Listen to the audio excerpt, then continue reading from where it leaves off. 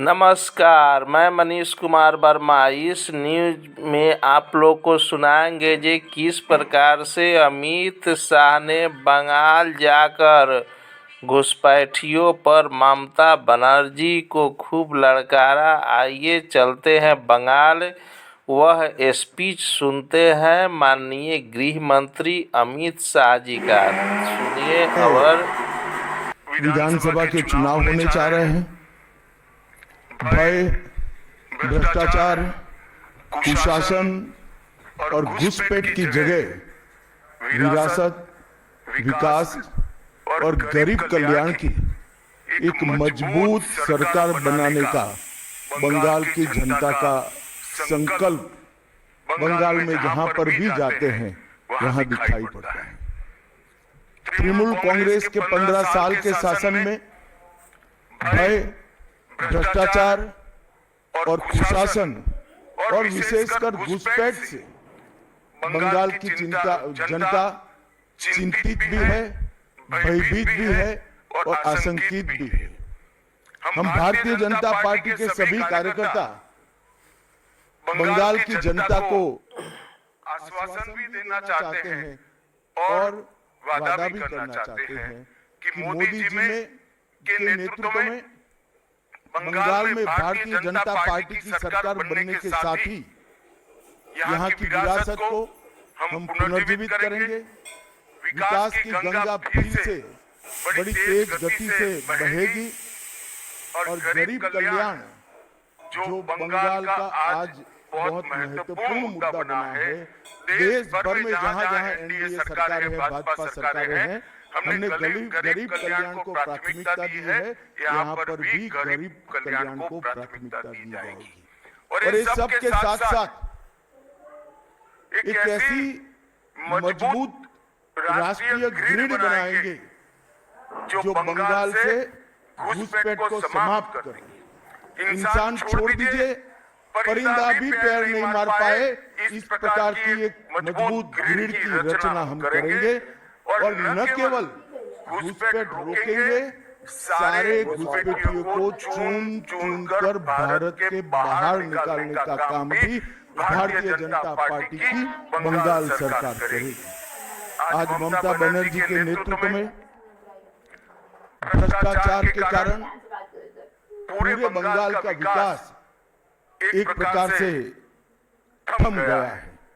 मोदी जी की सारी लाभकारी योजनाएं जो पूरे देश में गरीबी का उन्मूलन कर रही है, यहाँ पर टोल सिंडिकेट के भेंट चढ़ चुकी है और हर योजना डेड एंड पर पहुंच चुकी है।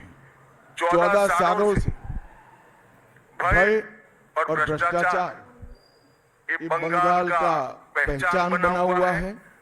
बीजेपी सरकार का संकल्प 15 अप्रैल 2026 के बाद जब भाजपा सरकार बनेगी, बंग गौरव, बंग संस्कृति, उसके पुनर्जागरण की हम फिर से शुरुआत करेंगे और विवेकानंद जी, बंकिम बाबू और गुरुवर टागोर और श्यामा प्रसाद मुखर्जी के स्वप्न का बंगाल बनाने का हम फिर से एक बार प्रयास करेंगे।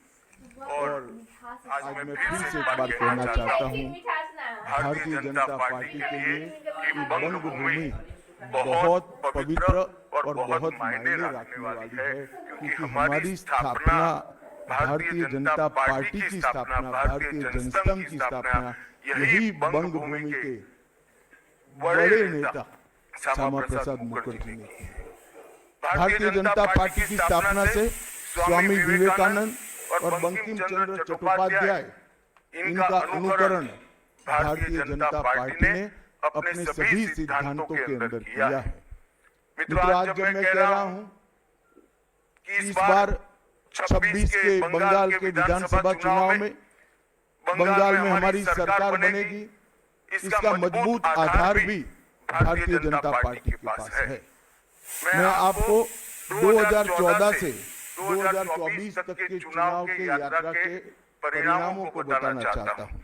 2014 के लोकसभा चुनाव में हमें 17% वोट मिले थे और 2 सीटें मिली। मेरी बात जरा सभी पत्रकार बंधु ध्यान से सुने।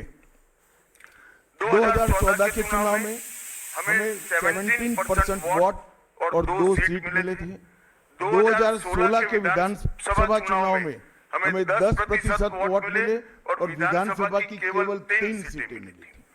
फिर 14 से 19 के बाद 19 के लोकसभा चुनाव में हमें 41% 41% वोट मिले और 18 सीटें मिली।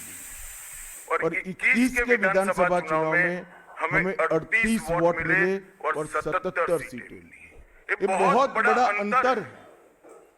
जिस पार्टी को केवल 3 सीट मिले थे, वो पार्टी 5 साल के ही अंतराल में 77 सीट प्राप्त करी। और इसका नतीजा देखिए, कांग्रेस जिसकी एक प्रकार से स्थापना ही बंगाल से शुरू हुई, वो कांग्रेस पार्टी लीग 0 पर पहुंच गई। और 34 साल तक शासन करने वाला कम्युनिस्ट गठबंधन भी एक भी सीट प्राप्त नहीं कर पाया और हमने मुख्य विपक्ष का स्थान प्राप्त किया। आज शुभेंदु जी मेरे साथ यहाँ पर बैठे हैं, वो हमारे प्रतिपक्ष के नेता हैं।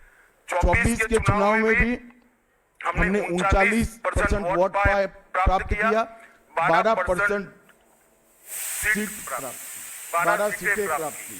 और 26 में हम निश्चित रूप से प्रचंड बहुमत के साथ भारतीय जनता पार्टी की सरकार बनाने वाली है।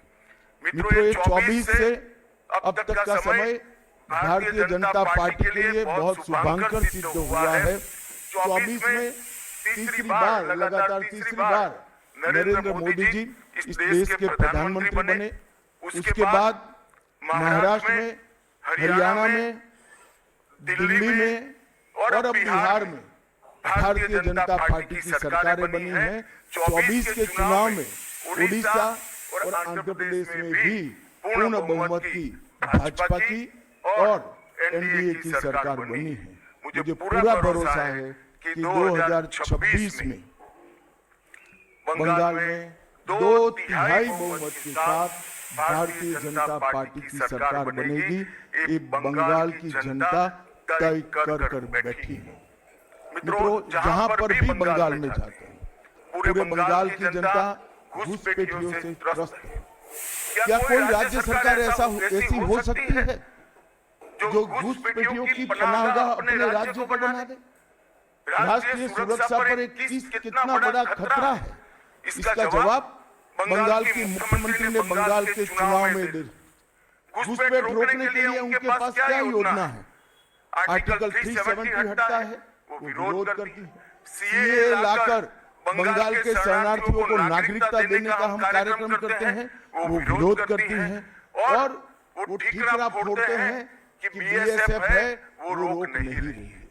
ममता जी, मैं आज आपको इस सार्वजनिक प्रेस वार्ता में पूछना चाहता हूं कि कौन सरकार है, कौन सी सरकार है बांग्लादेश की पूरी सीमा पर जो वाड़बंदी करने के लिए, बॉर्डर पर फेंसिंग करने के लिए जमीन नहीं देती है?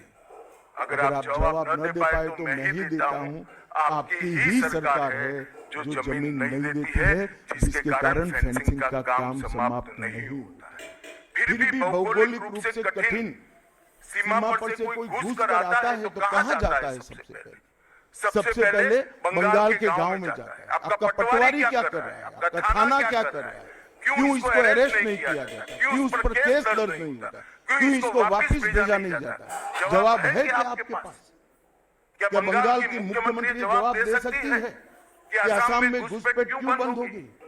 त्रिपुरा में घुसपैठ क्यों बंद हो गई? गुजरात और राजस्थान की बॉर्डर पर घुसपैठ क्यों नहीं होती है? पंजाब की बॉर्डर पर घुसपैठ क्यों नहीं होती है? कश्मीर की बॉर्डर पर घुसपैठ क्यों नहीं होती है? सिर्फ बंगाल में क्यों होती है? क्योंकि आपकी निगरानी में घुसपैठ कराई जाती है और बंगाल को धीरे धीरे डेमोग्राफी चेंज कर आप आपकी वोट बैंक को पुख्ता करनी चाहिए। मगर लंबा नहीं चलेगा। बंगाल की जनता अब जान गई है और इसके खिलाफ लामबंद भी हो रही है। और मुझे मालूम है अगला चुनाव घुसपैठियों को निकालने के मुद्दे पर और घुसपैठ रोकने के मुद्दे पर लड़े जाने वाला है, क्योंकि न केवल ये बंगाल का मामला रहा है। मैं आज बंगाल की जनता को इस प्रेस वार्ता के माध्यम से बताने आया हूं कि बंगाल की बॉर्डर से हो रही घुसपैठ सिर्फ बंगाल का मामला नहीं रहा है, अब ये राष्ट्रीय सुरक्षा का मामला है। देश की संस्कृति को बचाना है, देश की सुरक्षा को सुनिश्चित करना है, तो बंगाल की बॉर्डर सील कर दे। ऐसी देशभक्त सरकार यहाँ लानी पड़ेगी जो ममता बनर्जी नहीं कर सकती, केवल और केवल भारतीय जनता पार्टी कर सकती। घुसपैठ के अलावे भ्रष्टाचार से पूरी बंगाल की जनता त्रस्त है। रोजवेली चिटफंड घोटाला,